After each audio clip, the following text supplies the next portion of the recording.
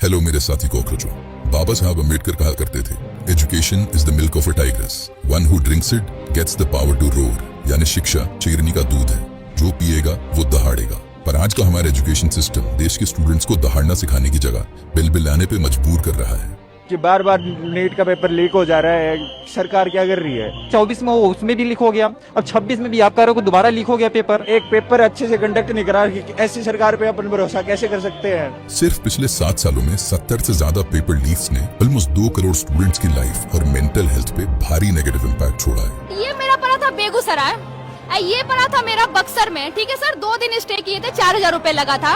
और आप बिलीव करेंगे सर, दोनों पेपर कैंसिल हो गया। क्या करें हम लोग सर? जहाँ पेपर लीक नहीं होता वहाँ सिस्टम कोई नई प्रॉब्लम क्रिएट कर देता है। जैसे यूपी में एसएससी जीडी के एग्जाम सेंटर्स में सीटिंग कैपेसिटी से double number of admit cards issue कर दिए गए। जब सीट नहीं था तो यहाँ बुलाना ही नहीं चाहिए था। हम लोग कितना दूर से आ रहे हैं, कैसे आ रहे हैं, कितना प्रेशर है, इन सबको तो पता है नहीं।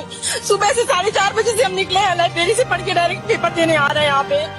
पर फिर जहाँ लीक और एग्जाम सेंटर की प्रॉब्लम न हो, उस एग्जाम में क्वेश्चन पेपर ऐसा बना दिया जाता है कि आंसर नॉलेज के मेरिट पे नहीं बल्कि तुक्के मार के देना पड़ता है। यूपीएससी के लिए एक मैं बेटर चीज बता देता हूँ कि एग्जाम देना बंद करो, ये सिक्का लिया करो, बच्चों को एग्जामिनेशन सेंटर के बाहर बुलाओ, जिसका हेड आया उसका पास, जिसका टेल आया उसकी पूंछ काट के घर भेज दो। क्योंकि ये एग्जाम सिर्फ और सिर्फ लक बेस्ड है यार, तुम नॉलेज चेक थोड़ी ना कर रहे हो। अब तो तुम टाइम पास करने लग गए हो। तो ये पेपर लीक तो नहीं है, लेकिन स्टूडेंट्स की जिंदगी बर्बाद इससे भी होगी, बस तरीका अलग है। स्टूडेंट्स की जिंदगी बर्बाद करने के इनोवेटिव तरीकों में अब हमारा सिस्टम टेक्नोलॉजी का भी बढ़िया इस्तेमाल कर रहा है।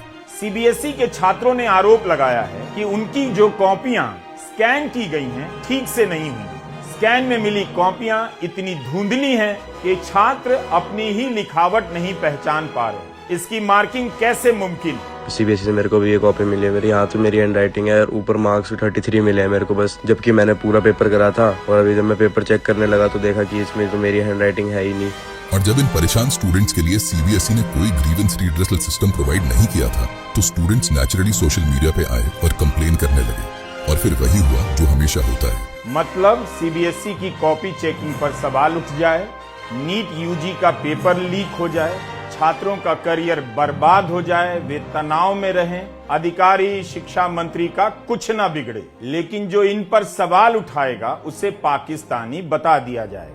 तो इसीलिए मैं खुद को Pakistani sponsored opposition funded cockroach declare करते हुए पीएम मोदी को एक चैलेंज देना चाहता हूँ कि सर, अगर आपने एजुकेशन के किसी भी मुद्दे पर एक प्रेस कॉन्फ्रेंस करके स्टूडेंट्स के टूटे हौसलों पर थोड़ा मलहम लगाने का मास्टर स्ट्रोक करते हैं, तो मैं ये प्रॉमिस करता हूँ कि मैं ना सिर्फ अपने सोशल मीडिया हैंडल्स का नाम बल्कि इस वीडियो पे कोलैबोरेट करने वाले हर क्रिएटर के हैंडल का नाम चेंज करवा के नरेंद्र मोदी फैन क्लब रखवा दूंगा। अच्छा, बोले ऐसा होता है।